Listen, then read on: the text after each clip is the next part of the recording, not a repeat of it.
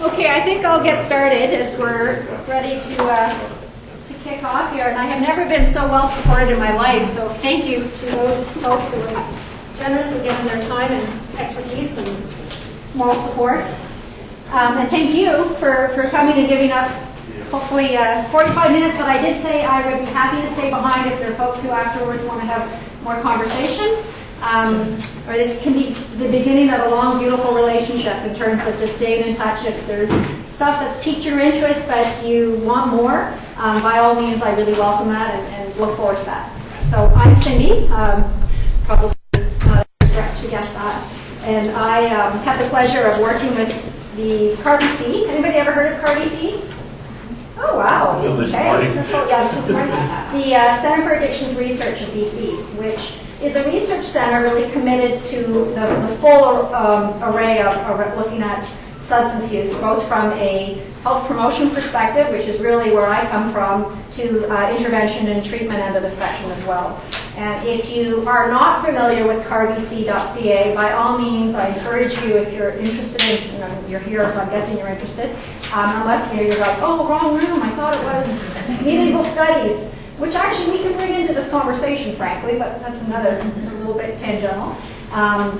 An amazing array of work on our website for the full spectrum from health promotion to intervention and services. So you can spend days there. It's not necessarily the most easiest site to navigate, but we're working on it. So you're here today, I'm guessing, because you are interested in finding out or perhaps sharing some more effective strategies when we think about helping address the topic of kids and substance use. Just curious, has anybody seen a couple of weeks ago there was an article by Shannon Corrigan in the Times Columnist? Anybody see that piece? No? Okay. Okay, so it was one, but we did, we linked to it on that site, and that was an article where Shannon basically said what we're going to talk about today, which is let's rethink our approach, and things like scare tactics don't work. And in a province, in a country, in a world where substance use is a normal part of everyday life for an awful lot of people, I don't know about you, but I start my day with one. Anybody want to guess what one that is? Caffeine, right? So sometimes we think about substances as only that hard stuff. I also typically, unless I'm driving a kid to soccer or I have a swim club, I might have another at dinner time. Can you guess what that is? What's another substance that I might have this evening? Alcohol, right? A glass of wine with dinner. So part and parcel of why we care about it is we live in a world where substances, drugs are everywhere, and maybe we need to rethink how we approach it. Because just to say drugs are bad isn't necessarily going to cut it. Right? Anyway, I'll launch into it here. So you're here because you want to learn a little bit more, I hope, about rethinking our approaches. This is everything we do, obviously, as a research center, we know is based on rigorous research and combing of what the research tells us works, and also what doesn't work, and what we need to do to learn from it. So can you see that okay? It's a bit light, but you're all right? Okay, great. This is one of my favorite quotes, and I think we could apply this quote to just about every human behavior, because for the most part, last time I checked, and looking in my own household, we're fairly complex creatures, and who we are and how we behave is affected by a huge array of factors. And so as much as it would be really nice to have that magic bullet, that one thing we knew that made all the difference in the world, it doesn't exist. So for instance, and some of these approaches might sound familiar. Anybody in the room an educator? Okay, great. Well, and I was a teacher in my former life before I left teaching to go into what we refer to now as the healthy schools field, basically. We've done the old, if they only knew how bad it was, they wouldn't do it. Does that sound familiar? Drugs will kill. Well, I mean, they can. They have the potential, for sure. They're not benign, but there's lots of times that they don't.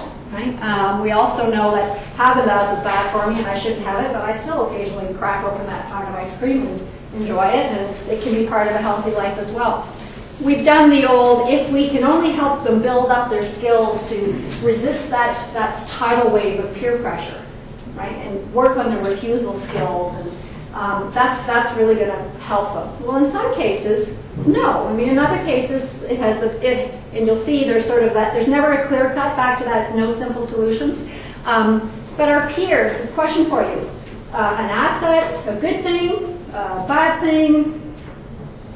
Anybody want to comment? Peers. When we think peers or peer pressure, what typically comes to mind? You're like typically negative. Typically a negative, right? Doesn't have to be. And in fact, as one of the handouts you have here, and I really encourage you folks, if you haven't grabbed one, to take a look. This is in fact, I don't say it really, but I'll just show you. Because we only got 45 minutes, so we got to go. This is the Adolescent Health Survey. This is a survey that was just done. This is the 5th year in a row. 30,000 kids from across BC, with every school district but one participating, from grade 7 to 12. So this is a wonderful snapshot of how are the kids doing. And in their work, the Adolescent Health Survey is done by the McCreary Center, and they've done a great report. It's called From Hastings to Haida Gwaii, that this drew from. So please take this, and it will prompt you to go have a look at their site. What is neat about this is a couple of things. One, the kids are doing okay. So rates like substance use, for instance, are going down. Rates like unprotected or risky sexual practices are going down. Rates of STIs are going down. So there's some really nice trends. Are there some reasons to be concerned and things we ought to be focusing on? Absolutely. Binge drinking, going up. Mixture of caffeinated with other caffeinated beverages and alcohol in particular, starting to show levels of concern.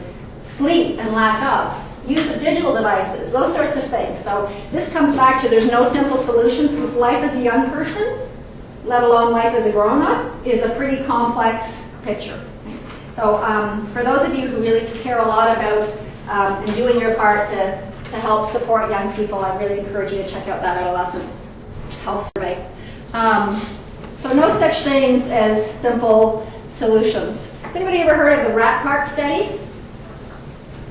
Well, I mean, this is, I really feel like it's hard to do justice in 45 minutes. But again, if you write down the words rat park and Google it, you'll come upon a comic strip. You can also get the full dissertation if you want, but I prefer the comic version. That basically makes this story, and it was a professor at Simon Fraser in the 60s and 70s who helped us in early days rethink our approach around addictions and substance use. The notion, as you see on the left, is that sort of looming ghost in the background that says if they try it, that's it, they're hooked for life. What he did is a story with rats, and the rat in the cage, with the boring cage, with no company, no toys to play with, etc., and a drip that gradually became a morphine drip that the rats basically used all the time.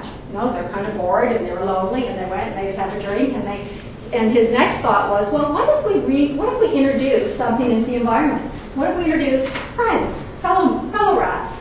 What if we introduce trees and things to play on, and a nice physical and social environment, in other words? And will they still use that morphine? What do you think happened? We dropped it. And about 90% of the situation, those who had been using weren't. And just like in reality in human life, there's an awful lot of folks who might try, but given the right blend of circumstances, are less likely to partake. There will be some that will need extra intervention. But the neat message here with the rat park study was that we're a product of our environment, a physical environment, our social environment, and you can't distance. So it's not a case of an individual behavior is based solely on the agency that person has. Okay? They're a product of the environment. And to use a great expression that Gabor Mate and others have used, nature via nurture. Okay? That notion of, yes, to a degree, we are who we are, but we're really influenced as well by our physical and social environment. Do you have a comment? Yeah, I was just wondering, I understand that rats, compared to humans, right? I was just wondering, how bored do rats get? They've got a very short memory? Because, trees and social and friends, for example. Right. I'm just trying to make the comparison. Maybe human needs a lot more stimulation than trees and friends.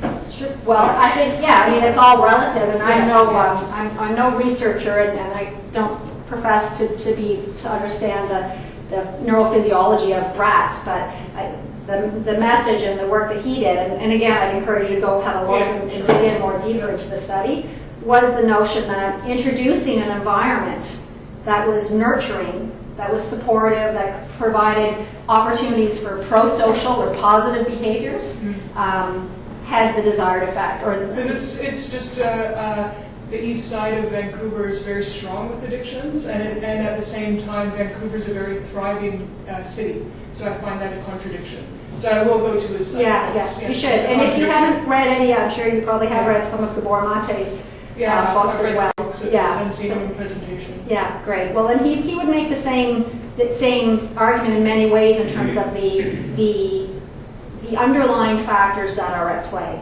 including those safe, caring, healthy relationships that we know are so critical to helping people thrive. The group he works with is a whole other ballgame from where we're talking young people, helping support them, support their health, and hopefully help them build their skills and be able to navigate and thrive in a world where drugs are commonly used. Right, so this is an entertaining way. Some of you may remember the commercial of the egg breaking and frying. This is your classic social marketing. This is your brain on drugs. Sound familiar? So I just kind of liked it because it poked fun. Hi, welcome. Help yourself to some handouts, and we're moving on. When we talk about what works and what doesn't, this notion of an asset-based approach, really, and it's not just about the drugs. And I think that's part of the Rat Park study too, is this notion of, yes, it's, a substance plays a behavior, but it's equally important to think about their environment that they're part of, right? And also what they bring to it. And so in the case of young people, we know, for instance, and not just young people, anybody at any age, that notion of focusing on the capabilities, focusing on the positives and the assets that they might bring to bear, we know is an important thing to do. And this tag here, we won't have time to talk a whole lot about it. It's called The Art of Motivation. And for those of you who work directly with young people or not so young people, this is on our website, and it's basically a resource intended to support an approach that helps build on the positives and uses a motivational approach to helping support positive change. So by motivational, I mean kind of coming from you versus me saying, all right, Logan, here's what you got to do, right? Which I don't know about you, but if you were spoken to that way and somebody was giving you sort of directive specific, here's what you ought to do, as a teenager, you're probably less inclined to embrace it versus somebody soliciting and supporting and encouraging along the way. And we actually developed it in partnership with the justice sector for this use amongst youth parole officers to work with the kids in their charge. And we've had very good results in terms of, the parole officer mentality hasn't always been sort of soliciting and supporting. It's tended to be more direct. And those are folks who are saying, using this kind of approach really is helpful. So, and it's further on the spectrum. It also engages and respects kids where they're at. And so some of the learning resources that you're going to have a quick chance to become familiar with do exactly that. And start where they're at, which is important, because a kid on Hastings Street is different than a kid on Haida Gwaii, to use the McCreary Report title, or different from the ones out in the West Shore and Sooke District. It also recognizes that, and back to that sort of notion of social inclusion and peer support, is the community of youth themselves. As a mother of 2 teenagers, I have to say I feel fairly optimistic how I see my kids supported by their friends and vice versa. And that notion of looking after each other is an important part, of course, of being well and managing life's challenges, whether it's a whole lot of stress or it's substance use or whatever the particular challenge. And I love the quote, Martin Luther King didn't focus on the negatives. He didn't say, I don't. He said, he did not proclaim, I have a nightmare, right? He had a dream. So he was sort of going forward in a positive way. And I think that's a real important shift in our headspace versus the traditional kind of approach to drugs, which has been not terribly effective. We know that. We know that the research has said those simplistic kinds of approaches do not work. those crashed cars, okay? Those, does anybody know the party program? Okay. Well, that's, in quick and dirty there is, that was a program that basically was scare tactics, right? It would gather the kids up, it would take them to the ER, it would, tell them about what happens when bad things happen, which of course, nobody's disputing that. But then it would take them to the morgue, and do you know how they used to evaluate it? By the passed out. How many kids passed out at the morgue. And boy, if they had a lot of kids pass out, that's a really effective program. It basically scared the you-know-what out of them, and they're not going to do it. Well, the research will tell you those scare tactics might get you through the weekend, but they're not going to have a sustained impact on kids. Part of it is it's not an honest approach always, right? Because more times than not, somebody might use substances and they're not going to end up in the ER. Sometimes they do, for sure, but not always, right? So that's not a very honest approach. But anyway, let's move on to, so what do we know works? Two key things of which we could talk, we can slice and dice these, and there'll be multiple strategies, and I think that's really important to stop for a second, back to that notion of there's no simple solutions. There isn't one thing we can do that will make a difference. It's a series of, and it's that notion of a suite of promising practices. But fundamental to that is that notion of health literacy, kind of the knowledge and skills you need to figure out how to handle life situations. And health literacy includes things like communication and consensus building and negotiating and media literacy and understanding that those images you see that are advertising alcohol, which there's lots of them, right? We live in a world that promotes alcohol use to the nth degree, more so now in a province whose policies are changing. So we're not talking in an honest, engaging way with our kids, particularly now, given the climate we're in, where every time you look at the newspaper, it's about the availability of alcohol, the potential for changes in cannabis and marijuana-related legislation. I mean, it's a changing world. We better be having honest, open dialogue, and it really helps them build some of their knowledge and skills. The other is this notion of a health-promoting environment. And next to, people know what I mean by family nurturance and attachment. So that important, how critical we know, in particular, maternal-babe relationship is at the start of life. Next to family nurturance, that attachment, most important protective factor in a kid's life is school connectedness. That's really important. School connectedness is a key protective factor in a kid's life. What do I mean by school connectedness? Anybody want to give us some examples? A favorite teacher they have? Sure. So a relationship with a teacher that they feel good connecting with, right? I'm going to stop there for a second because that's why we don't want guest speakers coming in doing drug ed. What we do want are the teachers in the building and the counselors and the janitors and the school office secretaries and everybody else basically who are there to care about and support kids. Okay? But then when it comes to quality instruction in the classroom that fits with the curriculum, etc., teachers are the best place because they're also the ones that have the relationship with the kids. They're also the ones that overhear hallway chit-chat and that can cue into them of, here's something going on in Johnny's life and maybe I can help. Anything else when we think about school connectedness? Involvement in sports and actions. I mean, the McCreary, the same people that did this adolescent health survey, just released in early mid-fall a great study around gay straight alliances, basically, and their role at enhancing school culture. And it's kind of a no-brainer. We know that, boy, if we can put some efforts in place in the school community that makes everybody feel welcomed, that's not just helping gay or questioning kids, that's helping everybody. So when we think about effective substance use education, frankly, things like efforts to create a culture where everybody feels like they belong, right, is paramount to helping our kids flourish. So it is that notion of a sense of belonging. It is that notion of having people you can go to support you. And maybe that person is the custodian, maybe he's the teacher, maybe he's the administrator or the child and youth counselor, maybe it's the peers. So schools as a setting we know is fundamental to helping kids flourish, is that health promoting environment. access to extracurricular activities.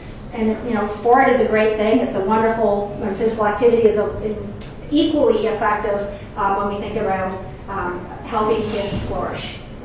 And not just from a substance use perspective, but when I'm in the business of helping kids flourish, I also hope that they avoid problematic substance use. I also hope that they're regularly physically active and all that good stuff too, right? A lot of what we're talking about benefits kids in flourishing in general, not just substance use. So school connectedness, we could go on. There's lots, and there's growing conversation and interest in kind of tuning into what that looks like and how you can make that happen at all levels, in government, in school districts, in school communities, who are saying there is a lot of data here, data that we didn't have 10 years ago.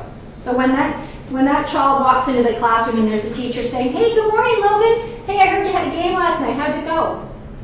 That's a health promotion strategy right there, right? I've hopefully made Logan not want to get up and run away, but kind of feel like, oh, hey, yeah, the teacher remembered I had a hockey game. Wow, I'm caring about. That's pretty important. We know for those not engaged, they're at risk. And so whatever the problematic behavior we're concerned about, in this case it's around substance use, the approach is the same. It is about making every effort to reconnect the kids to mainstream. Okay? Make sure that they have and supportive, healthy relationships that they can go to in a time that will help them. So academically, socially, whatever metric we want to apply, if we have disconnected kids, we're going to have a recipe or a situation where that puts that child more at risk. Now we're going to play a bit of a game. You're going to go, how do we do that? We only have 20 minutes. But I want to just flag, and we'll get this, there will be slides later on too, but in the interest of time, I want to make sure everybody has, wrong one, this. And on the back side is a Coles Notes version, if you will. I shouldn't say Coles Notes in an academic setting, should I? iMinds at a Glance, which gives you a very quick and dirty of these learning resources that we offer at our Center for grades 4 to 10 teachers across BC. I'm really happy to tell you that for those who have kids or are interested in the French immersion side of it, the Council for the French School District for the province has undertaken translating all of our learning resources so that every kid in BC is able to access, or every teacher is able to access them to use in their classrooms. So we're going to play a couple of games that do a couple of things. One, illustrate some of the resources we use as part of the iMinds learning resources, but also help us get our head around this notion this honest approach to say, okay, drugs aren't always bad. Sometimes they have a benefit, right? Anybody want to share a benefit? Listening to music. Listening, or coffee in the morning, or that nice social time chance to connect, or that taking the edge off with that one glass of wine after a crazy work day. That there are situations where drugs can be helpful. That prescription pain reliever, that cannabis that my friend takes currently in order to get herself through chemo successfully. But even in France, they drink 1 glass of wine a day for the heart.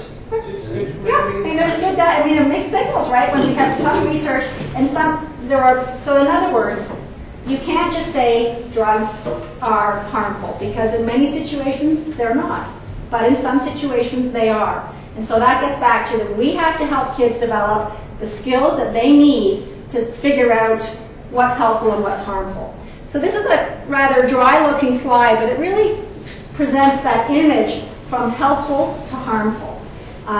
What you have, and I've dispersed, so if you have either one or the other nearby, I'd like you to get together in groups of 3 or 2, or depending on your proximity. There are 2 games, and I'm going to very quickly introduce them. You're not, unfortunately, going to have a chance to really get into the game the way you do it in the classroom. I'm also dropping you into this versus this is, for instance, about the 3rd or 4th lesson in these respective grade level units, right? So we wouldn't, day 1, start off by playing this game with kids. This is just activities I've extracted that I think help you understand the philosophical and the practical shift in orientation of what iMinds is about. One is, sorry, just you're talking about right. Snakes and Ladders, which I don't know if anybody knew this, and I didn't until recently, but it's a game that was invented over about 1,000+ years ago. It was an intergenerational game. What's that mean? Well, that meant grandfathers had a chance to connect with their grandchildren to play a game, and the game was actually developed to help kids navigate the risks of life. And that was thousands of years ago. So does that sound familiar?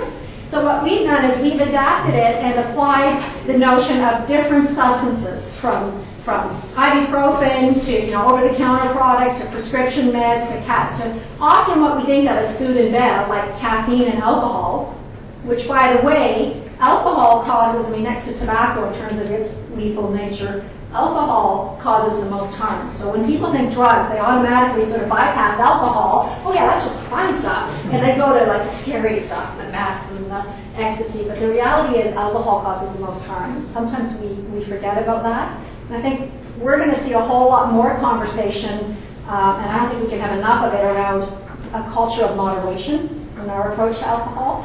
We've got work to do in that department. But basically, snakes and ladders, which the kids, there isn't an answer given to them. They have to discern what's a risk and what's helpful, okay, in terms of the little anecdotes shared. This game, believe it or not, is part of the grade 4 game. Grade 4 iMinds unit. This comes from the grade 7 unit that has kids take on the role of archaeologists. And they're tasked with researching substance use in ancient civilization, which, if anybody knows ancient civilization, you'll know it better than me, I'm sure. Substances were an important part of their lives for a whole bunch of reasons. Okay? I think probably the Greeks were the first to have lower risk drinking guidelines, right? So the kids have unpacked and researched drug use in ancient civilizations, and then overlay that, what they learned in terms of how it was used in a helpful way, how it was potentially harmful, how they mitigated risk. Does that sound familiar? We're talking ancient civilizations. So there's a certain amount of learning how from history helps us really respect the complexity of these sorts of things. And so what this game is basically the kids themselves in a small group having to come to consensus. And when you're working on coming to consensus, you have to communicate, you have to negotiate, you have to, be willing to start from different points and try to find a common ground. And you have to decide as a group where you would put a certain behavior on the risk spectrum. Okay. Instructions are here. This is not, you do not have dice and you do not have a marker because we can't play the whole game. But I want you to have a quick look at, if you have this game in front of you, reading this, you'll get an understanding of what it looks like and the potential for the kinds of conversations that you can have. So take 3 minutes, and whatever game is near you, I'd like you to have a look at and get acquainted with it. We can't do the whole sequence of activities that would have happened. But you have here an illustration of an activity that engages, that is honest. We just had a conversation over 40 years now, pretty much. There's been growing evidence around ineffective approaches. How come it's taken so long? Part of it is, it's really hard to get to a sort of philosophical base that says, it's okay to say sometimes drugs are a great thing, right? Like 3 statements, nod if you would agree with me. Drugs can be fun. Drugs can be helpful. Drugs can be harmful. Okay? 3 true statements. Most people can't get past that last statement, right? That drugs are harmful. But yet, they're the first ones to go home and pour themselves a glass of wine or start the day with coffee or have that midday, smoke break or whatever, right? So the reality is, yes, drugs can be harmful, but they're not always. And unless we're having more open and creating environments where you can have open, honest conversation, that you help understand some of the complexities at play that affect our behaviors. Maybe on that topic, I'll stop for a second and say, why do you think kids use drugs?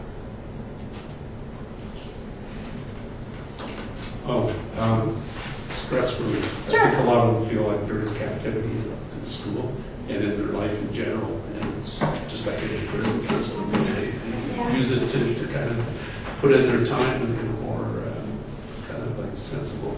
Okay, great. Thank you. Others? Curiosity. Curiosity. Sure. Others? Sense of community. Sense sense of community. Yeah? To fit in socially. To fit in socially, sure. Kind of takes the edge, or if it's something everybody's doing, and yeah. Role modeling. Role modeling. Escape. Escape. Self-medicating, right? I mean, it kind of relates to the stress thing too, but But you could read it in a book, for example, you could read a book about Jimi Hendrix or something, and he's referring to drugs. So that's what I mean by escape. yeah, all that, yeah, Psychedelic. Sure, psychedelic. I mean, I had somebody in Powell River recently said, you know, don't you think there's just this human nature to want to get out of your head for a moment and just, you know, kind of go to a different place and just chill. And I don't know about you, but I have those moments regularly, right? Sometimes I soothe it with a glass of wine. More often than not, I go for a run in the woods with my dog, or I have a great phone call with a friend, or whatever, right? Like I have different strategies that I draw on to help me get through stressful times, lonely times, whatever the situation might be.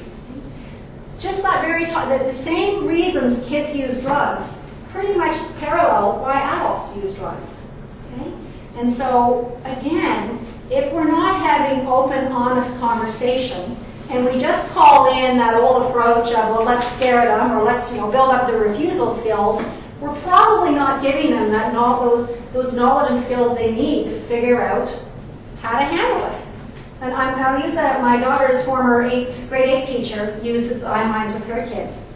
And she one day at the grocery store nearly ran me over with her shopping cart to say, I'm so excited by the conversation I'm having with my kids.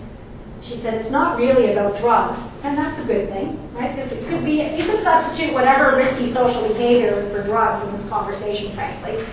But it got to some of the substance of where these kids were coming from. Some of the situations they were living in, stuff they were struggling with, the stressors, the need to fit in, etc. And so as a whole, it took the conversation to where they were at, which is always a good thing, versus, you know, some other place. And it had them working together in small groups in the classroom, talking about, well, how can you do things differently? So when you're really stressed, what are some things we could do in our classroom, in our school, you could do in the home environment or whatever, that helps you kind of alleviate some of the stressors in your life? That's an effective strategy for helping prevent a whole lot of problematic behaviors, whether it's substance use or otherwise.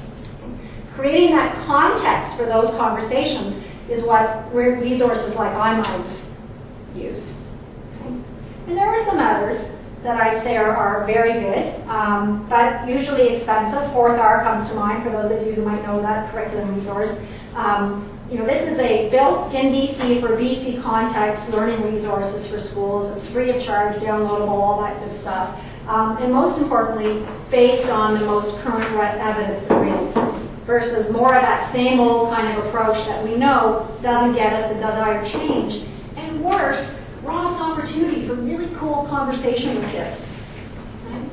So like I say to those, you know, the people who would argue and say, I can't believe those crashed car types of things don't work. And I'll say, well, I not only potentially do those sorts of social marketing efforts actually have the potential for harm.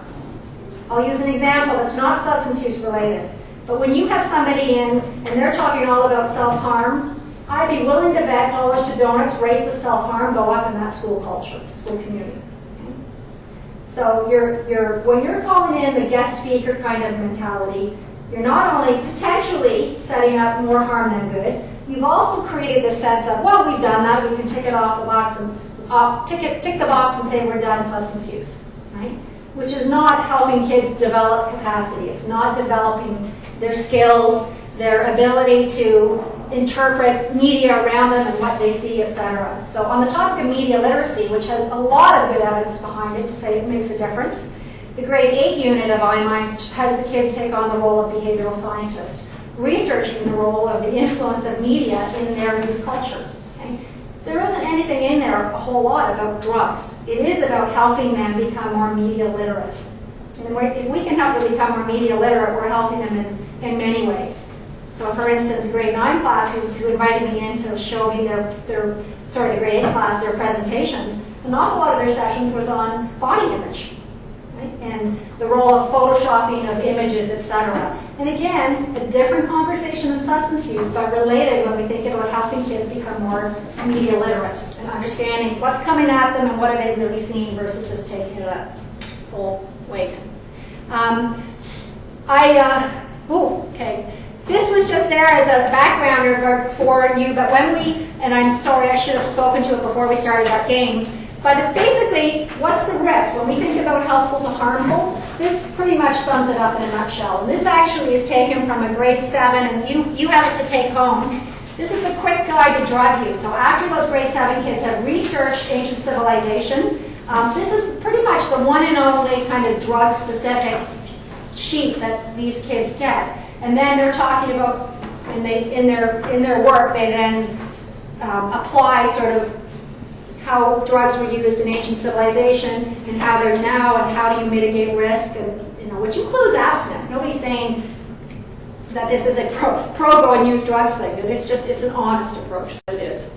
What I also like, and unlike me today, where I'm pretty much talking all the time, is just as you had a chance to look at those games, we need to engage kids and them making meaning. So it's not the sage and the stage teacher role. It's the teacher doing what teachers do best, that context of inquiry, and letting the kids go. And each one of the iMinds units is set up to create to give teachers what they need to create that context, and then the kids go, and they go from the point where they're at and what they know and what their life is, and it's a lot less sage on the stage and the grown-up talking kind of thing.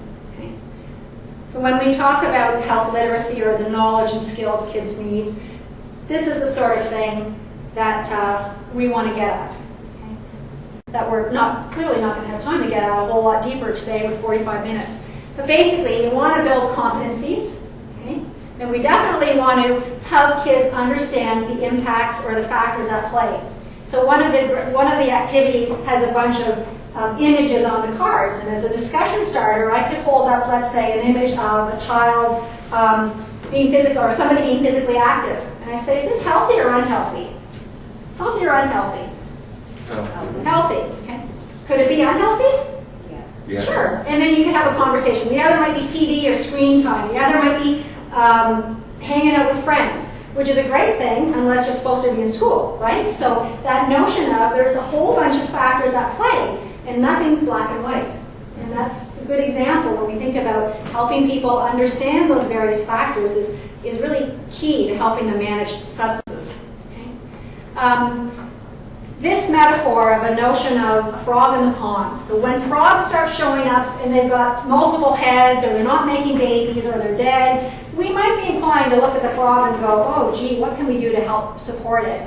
Or maybe we actually get rid of it and quarantine it because we don't want it to affect the others. Does that sound familiar at all, like school systems suspending kids? Okay. But the reality is, rather than focus on individual frogs, what should we be doing? Looking at the pond, the notion of an ecosystem where there's a whole bunch of environments at play that are affecting those behaviors. Okay? So things like, for instance, when we have young people who are using substances in a problematic way, it doesn't make sense to suspend them. I mean, there's no data there that will tell you that works. What it will do is show you that it doesn't work, and it can potentially harm those kids in serious ways. Not to mention schools aren't really, following through on their duty to care.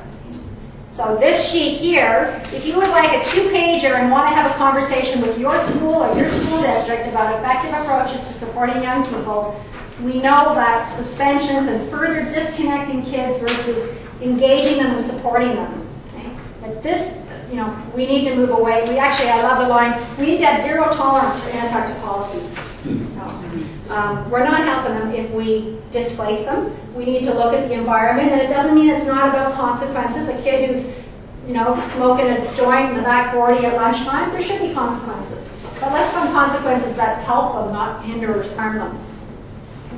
A few more things, and then you can go. We have Good to Go, which is an app now on iTunes. It's part of a grade 10 drugsanddriving.ca. It's an online resource that basically has the kids take on the role of social marketers around this notion of drugging and driving. Okay? Why? Because cannabis use and driving is a real serious issue, and while we know certainly drinking and driving is as well, people haven't been talking a whole lot about the notion of things like cannabis use and other drugs and driving. It is a fantastic resource that there's an online game, a good to go. Basically, you can enter in what type of substance. It might be 4 Red Bulls at lunch. And then it shows you kind of the impacts on driving skills. And why grade 10? Well, that happens to be when most kids are eager or learning to drive. The art of motivation I spoke to, that's this wrap card. The alcohol reality check, there is a youth version and there is an adult version online. And it's basically a self-assessment kind of tool for checking in terms of your own drinking and where it stands up in terms of the Canada's lower risk drinking guidelines, I shouldn't say low risk. And then consultation and support. Our center, we're very small. There's one person, that's me, in terms of working with 60 districts in the province.